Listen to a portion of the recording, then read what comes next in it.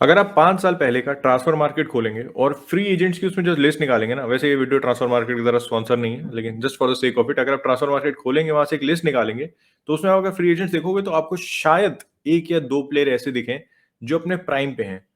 बाकी player either they are not wanted by their clubs, या फिर they are past their prime, उनका MLS जाने का समय हो चुका है, चाइना जाने का समय हो चुका है। ये वाले समय के आपको मेनली प्लेयर दिखेंगे।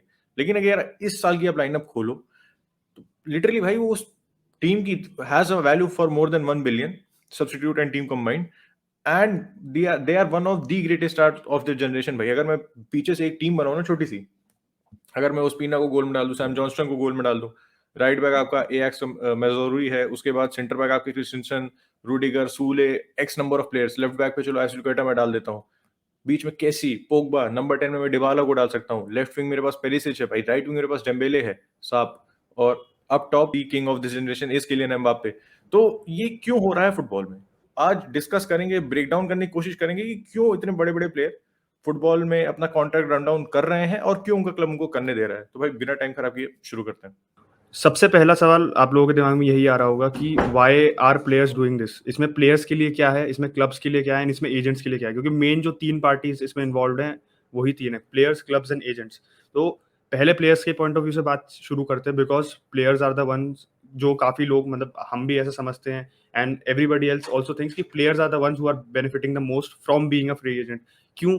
तो इसमें भाई मल्टीपल रीजंस हैं, प्रोज एंड कॉन्स तीनों सभी हाईलाइट करेंगे, बट प्रोज सबसे बड़ा ये आ गया कि जो आप पे पैसे खर्चे जाएंगे from another club, you will get a bigger chunk of those of that money.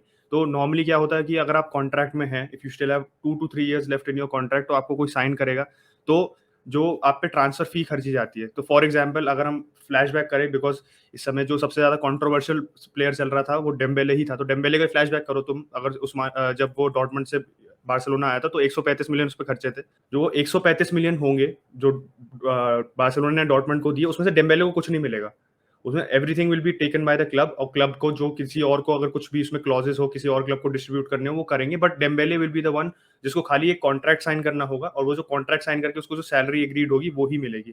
तो इसमें आप कह सकते हो the winner of this is Dortmund, not Dembele. But अब फास्ट फॉरवर्ड कर दो समर में, Dembele has run out of a contract and say Chelsea want to sign him, Chelsea अगर उसे साइन करना चाहती है, हमारे आपके आगे आने के बाद ही ये माँ का बहुत बड़ा मानदार। अरे भाई तो वो खाली उसको एक सैलरी कॉन्ट्रैक्ट नहीं देंगे कि तुम्हारी 20 मिलियन, 15 मिलियन, 30 मिलियन, जितने का भी कॉन्ट्रैक्ट है, उसके अलावा आपको एक साइनिंग ऑन फी मिलेगी।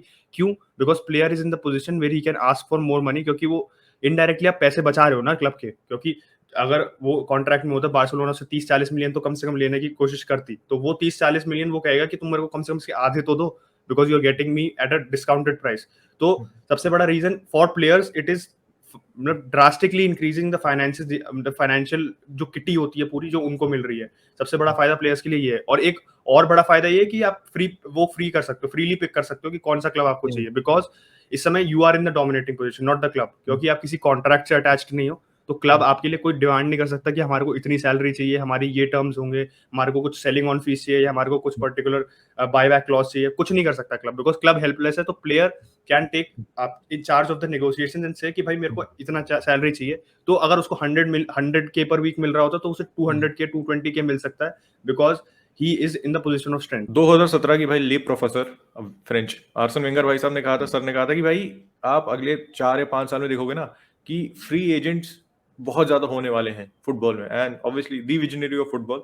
तो प्रीटी एविडेंट इसकी रीजन क्या है? मतलब अचिन ने तो एक रीजन बताया मैं आपको 2 रीजन और बताता हूँ। एक तो है कोविड, क्योंकि कोविड आने से स्टेडियम खाली हो गए, क्लब्स को बहुत नुकसान हुआ है। मतलब क्लब्स को क्या, पूरे दुनिया को ही भाई, everybody was involved in a business, सबको नुकसान हुआ है, एंड फुटबॉल क्लब उससे दूर नहीं है। तो जो फुटबॉल क्लब्स है ना, मान लो उन्होंने प्रॉमिस किया था कि भाई हम तुम्हें इतनी इतनी सैलरी देंगे, अगर प्लेयर मान लो प्रॉमिसिंग प्लेयर है, उसको जेंटलमैन एग्रीमेंट है क्लब प्लेयर बीच, हम तुम्हें रेन्यू करेंगे अगले साल, तुम्हें इतनी सैलरी देंगे। लेकिन Covid came in and obviously वो सैलरी अफोर्ड नहीं कर सकते हैं। तो इसकी वजह से जो प्लेयर्स को अपने प्राइसेस कॉन्ट्रैक्ट के रीनेगोशिएट करने पड़ रहे हैं, उसका वजह से एक रीजन है कि आप प्लेयर्स काफी फ्री में देखते हुए जा रहे हो। और एक पॉइंट जो बच रहा है, एक क्या मैं कह सकता हूँ, 2 पॉइंट कह लो, दैट इज नेमार के लिए जो भाई 222 मिलियन दिए गए थे पीएसजी की तरफ से बार्सिलोना को। तो उसकी वजह से ना ट्रांसफर वैल्यू प्लेयर्स की इतनी इन्फ्लेट हो गई है कि इन दी मॉडर्न डे, अगर पैंडेमिक नहीं भी आया होता ना, तो आप एक हेफ्टी कॉन्ट्रैक्ट और अब इतने पैसे नहीं दे सकते हो किसी भी प्लेयर को। एक वेल रन क्लब ये नहीं अफोर्ड कर सकता है, एंड बार्सिलोना ने किया। बार्सिलोना की स्थिति देख लो अभी क्या है। Barcelona gave hefty wages, gave hefty price money, and Barcelona का भी देख लो, मतलब उनके पास फ्री में साइन करने के पैसे नहीं है प्लेयर्स को। They don't have enough money to pay the wages. ये ले 200 रुपए रख, 40 रुपए की टिप दे रहा हूं, अपना महल बना ले जा। तूने तो बोला तू पैसे नहीं लाया था, झूठा। तो वाली बात है कि ये जो ट्रांसफर वैल्यू इतनी इन्फ्लेट हो चुकी है ना, तो हेफ्टी कॉन्ट्रैक्ट देना पॉसिबल नहीं है with a hefty transfer fees. And obviously तो तीसरा एंड प्रीटी एविडेंट पॉइंट है कि दैट इज एजेंट्स। अब रायलो का एग्जांपल देख लो। पोगो वाली deal I think, if I am not wrong, उसने 40 मिलियन से ज्यादा बनाए थे, यूवेंटस ने दिए थे। यूवेंटस ने दिए थे उसको। तो agent has also a role to play. Agent अपने प्लेयर से कहेगा भाई कि तुम क्यों इनको साइन कर रहे हो। और डेम्बेले के एजेंट ने भी यही किया होगा, 100% श्योर कि भाई तुम क्यों यहाँ पे क्या कहते हैं इस समर जा रहे हो। 6 महीने कॉन्ट्रैक्ट बचे तुम्हारे, अगले समर चलेंगे, जो 20 मिलियन है 10 तुम रख लेना, 10 मैं रख लूंगा। तो यहाँ पे दोनों पार्टी का फायदा हो रहा है। एंड एक ही सिचुएशन आई कैसे, मुझे समझ अचिन से पूछूंगा मैं कि भाई, क्योंकि 2 साल पहले, 4 साल पहले, 3 साल पहले एंड अभी भी club is the power house in football. ये वाली बात है ना, क्लब अगर कहेगा रिन्यू करने का तो प्लेयर रिन्यू करेगा।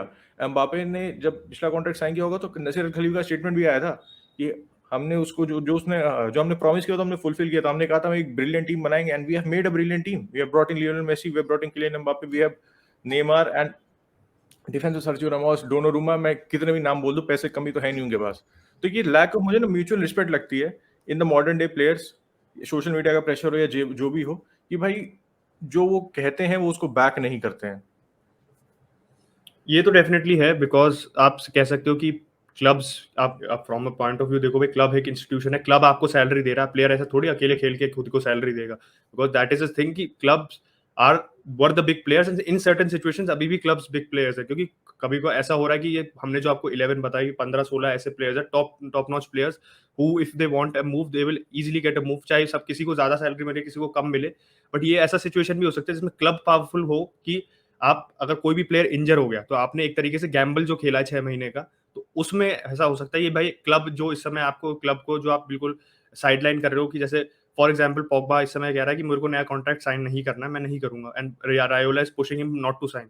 बट से अराउंड अप्रैल में उसको कोई इंजरी हो जाती है, कंसिडरिंग कि वर्ल्ड कप भी आने वाला है, then there is also the fact कि वो एक जो वो उसका जो मैड्रिड और पीएसजी जैसे क्लब्स, यूवेंटस जैसे क्लब्स उसको मार्केट पे थे, he won't they won't take a gamble, क्योंकि उन्हें लगेगा कि भाई अभी तो इंजर्ड है, हम इसको किस बेसिस पे 500 के पर वीक दें या 400 के पर वीक दें, because we won't be getting him on the pitch. तो ऐसा भी सिचुएशन आ सकती है इसमें क्लब कैन टेक चार्ज। तो फिर वो पॉग्बा भागते भागते यूनाइटेड के पास ही आएगा, कहेगा कि I will take what was on the table. तो उस समय यूनाइटेड भी मना कर सकता है, बिकॉज आपने हमारी पहले रिस्पेक्ट नहीं करी तो हम आपकी अब क्यों करें, वो वाली बात है। तो समराइज करने के लिए अगर आप कहो, इसको क्रिस्पली आंसर करना चाहो कि क्यों ऐसा हो रहा है कि फ्री एजेंट्स क्यों इतने ज्यादा आ रहे हैं, तो भाई इसके मल्टीपल पॉइंट्स जो हमने बताए थे। एक तो पैंडेमिक है जरूर, because lot of the money in football has been taken away, इसलिए players are in a position of power.